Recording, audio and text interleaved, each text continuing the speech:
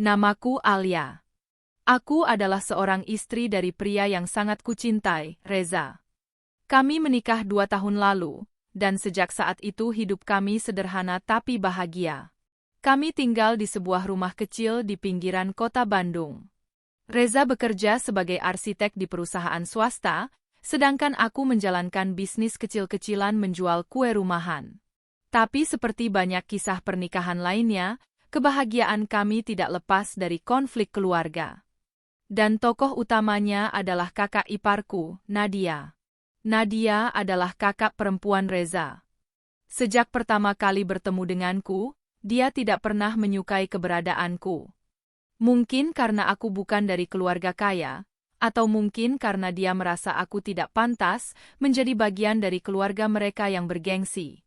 Dia selalu menatapku dengan tatapan sinis, menanyakan hal-hal yang bernada merendahkan, dan secara halus, kadang terang-terangan, menyindir cara hidupku. Hari itu, aku sedang sibuk di dapur saat Reza masuk dengan ekspresi bingung di wajahnya.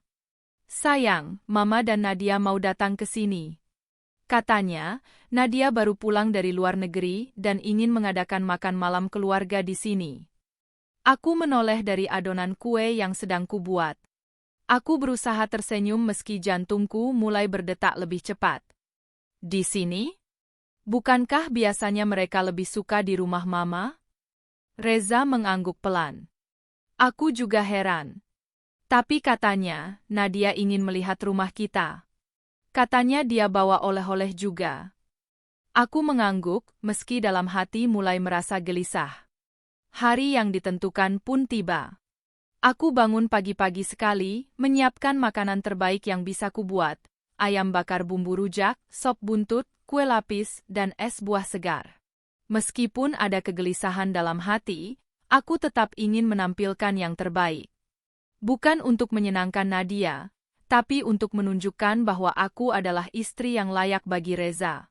Sekitar pukul 5 sore, mobil SUV hitam berhenti di depan rumah kami.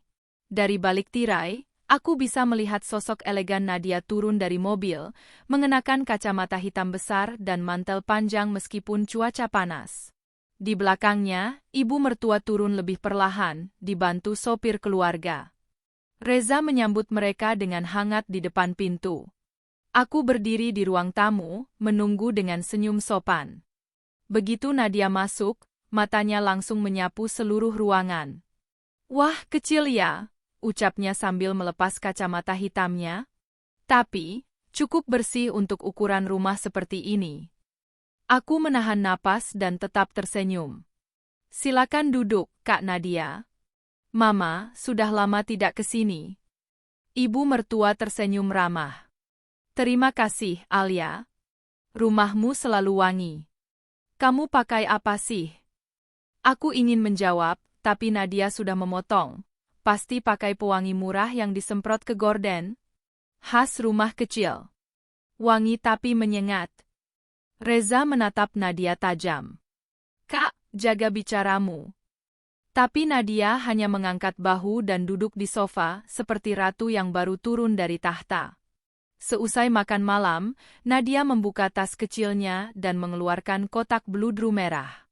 Ia membukanya di hadapan kami semua. "Aku baru beli ini di Dubai. Berlian langka. Cincin custom. Harganya, yah, cukup untuk membeli mobil baru." Ia menyelipkan cincin itu di jari manisnya lalu mengangkat tangan, memperlihatkan kilau batu permata yang memantul dari lampu gantung ruang tamu. Aku hanya tersenyum tipis.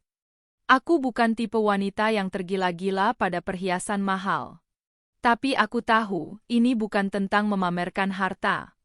Ini tentang membuatku merasa kecil. Beberapa menit kemudian, Nadia pamit ke kamar mandi. Setelah itu, ia dan ibu mertua pulang lebih awal dari yang kami duga. Tidak ada kehangatan. Tidak ada pelukan. Hanya tatapan tajam dari Nadia ketika melewatiku di ambang pintu. Keesokan harinya, Reza baru saja akan berangkat ke kantor ketika telepon rumah berdering. Aku mengangkatnya. "Alia?" Suara itu tegang dan tinggi. "Nadia." "Iya, ada apa Kak Nadia?" Cincin berlianku hilang. Terakhir kali aku memakainya adalah di rumahmu. Jangan pura-pura bodoh. Kamu satu-satunya orang asing yang ada di sana. Aku terdiam, tidak percaya dengan apa yang kudengar. Apa maksud kakak? Aku tidak. Jangan bohong. Aku akan laporkan ke polisi kalau tidak kau kembalikan hari ini juga. Jantungku seperti berhenti berdetak. Saat Reza melihat wajahku yang pucat, ia langsung mengambil gagang telepon dari tanganku. Kak Nadia, jangan menuduh sembarangan. Alia bukan orang seperti itu. Tapi Nadia hanya menutup telepon dengan keras. Hari itu adalah awal dari mimpi buruk terburuk dalam hidupku. Hari itu, aku duduk di ruang tamu sendirian setelah Reza berangkat ke kantor. Tanganku gemetar, dadaku sesak. Aku tidak tahu bagaimana menghadapi tuduhan seperti ini. Aku tidak pernah mencuri seumur hidupku, apalagi barang semahal cincin berlian. Tak lama kemudian, ponselku kembali berbunyi.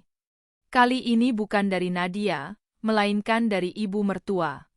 Alia, Mama nggak mau ikut campur. Tapi sebaiknya kamu bicarakan baik-baik dengan Nadia. Cincin itu mahal, dan kalau memang kamu tidak ambil, buktikan saja. Mama, sungguh, aku tidak mengambil apa-apa. Demi Allah, Mama. Ada jeda sejenak.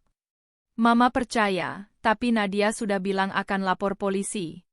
Kalau polisi masuk, semuanya jadi aib keluarga. Aku terdiam. Di balik kalimat itu, aku tahu maksudnya. Aku harus menyelesaikannya sendiri, atau mengalah. Malam itu, Reza pulang dengan wajah muram. Ia memelukku dan duduk di sebelahku tanpa berkata sepatah kata pun selama beberapa menit. Aku percaya sama kamu, Alia. Tapi Kak Nadia keras kepala. Dia benar-benar yakin kamu yang ambil. Bagaimana bisa dia yakin?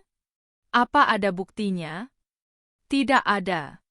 Tapi katanya terakhir dia pakai cincin itu di rumah kita. Setelah pulang, cincin itu hilang. Aku menggeleng sambil menahan air mata. Reza, aku bahkan tidak menyentuh tasnya. Aku tidak pernah dekat-dekat. Aku tahu. Tapi dia mulai ngomong ke keluarga besar. Sekarang om, tante, sepupu, semua mulai ikut campur. Berita itu menyebar lebih cepat daripada api di ladang ilalang. Dalam beberapa hari, aku mulai menerima pesan-pesan aneh dari sepupu-sepupu Reza, sindiran dari media sosial, bahkan tetangga mulai berbisik saat aku lewat. Aku dipermalukan. Dihina. Dijadikan bahan gosip. Aku memutuskan untuk tidak tinggal diam. Aku harus membersihkan namaku. Diam bukan pilihan. Aku mulai mengingat kembali setiap momen malam itu. Di mana Nadia duduk, kapan ia membuka kotak cincin, saat ia ke kamar mandi, dan satu hal yang mencurigakan. Setelah Nadia ke kamar mandi, aku melihat ia bicara di telepon sebentar di depan jendela. Dan ketika kembali, dia tampak gelisah. Aku menghubungi Intan, sahabatku yang bekerja sebagai karyawan toko perhiasan. Aku menceritakan segalanya padanya. Cincin itu dari Dubai? Ada fotonya? Aku mengirimkannya tangkapan layar dari Instagram story Nadia. Intan memperhatikan foto itu baik-baik. Alia, ini cincin bukan berlian alami. Ini moissanite. Bentuknya mirip berlian, tapi nilainya jauh lebih rendah. Banyak dijual di online shop. Aku menelan ludah. Apakah mungkin ini semua hanya sandiwara? Beberapa hari kemudian, Nadia datang ke rumah lagi. Tanpa pemberitahuan. Langsung masuk ke dalam seperti rumah miliknya. Aku beri kamu kesempatan terakhir. Kembalikan cincinnya atau aku benar-benar lapor polisi. Aku menatapnya lurus. Silakan lapor. Aku tidak takut. Aku tidak mencuri. Jangan sok polos. Hanya kamu yang punya akses ke tasku. Reza masuk ke ruang tamu. Kak, cukup. Kalau memang yakin, lapor polisi sekarang. Tapi kalau tidak ada bukti, jangan ganggu kami lagi. Nadia menatap Reza, lalu aku, dengan mata berapi-api. Kalian akan menyesal. Ia pergi sambil membanting pintu. Aku terus memutar ulang kejadian malam itu di pikiranku. Tapi semuanya tetap sama. Aku tidak pernah menyentuh cincin itu. Lalu tiba-tiba aku teringat sesuatu. Kamera CCTV. Kami memang memasang CCTV kecil di sudut ruang tamu untuk keamanan.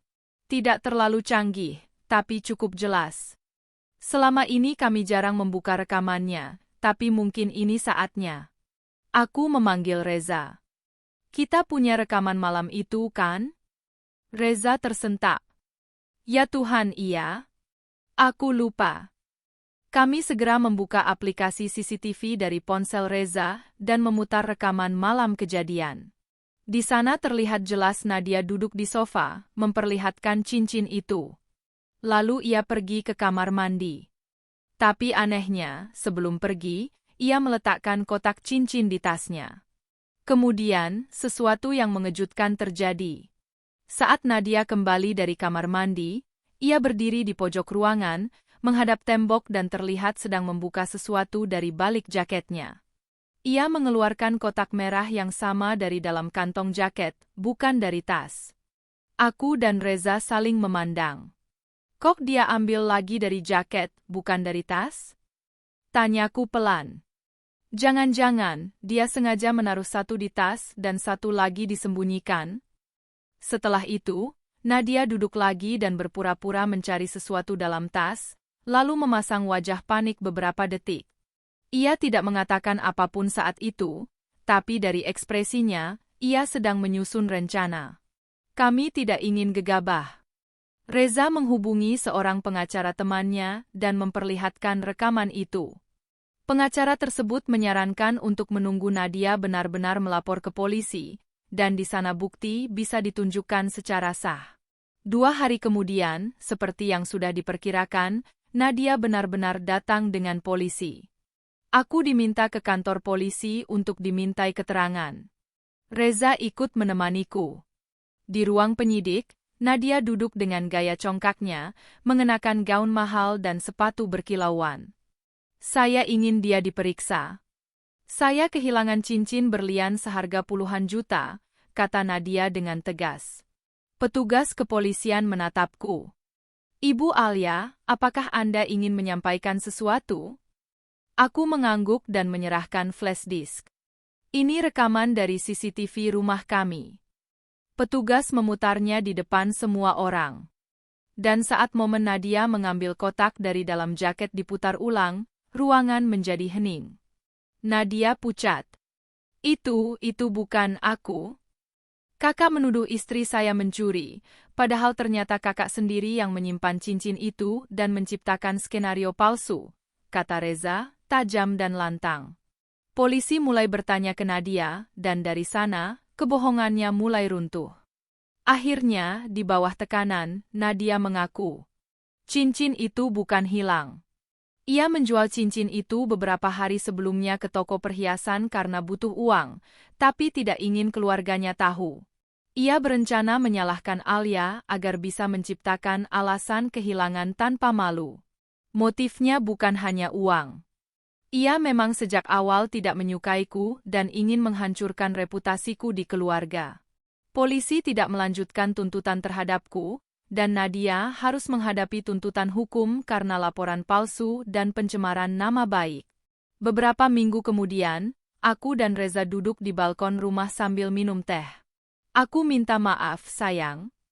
Karena kamu harus melalui semua ini. Aku menggenggam tangannya. Aku kuat karena kamu percaya padaku. Keluarga Reza, yang sebelumnya memusuhiku diam-diam, mulai meminta maaf. Ibu mertua datang sendiri dan memelukku sambil menangis. Maafkan Mama, Alia. Mama terlalu percaya Nadia. Aku mengangguk. Luka itu masih ada, tapi perlahan sembuh. Dari semua kejadian itu, aku belajar bahwa fitnah bisa sangat menyakitkan. Tapi kebenaran, sekecil apapun, akan selalu menemukan jalannya untuk muncul ke permukaan. Dan untuk Nadia, ia tak lagi datang. Tak ada kabar. Tapi aku tidak menyimpan dendam. Karena aku tahu, mereka yang menanam kebencian, akhirnya akan menuai kehancurannya sendiri.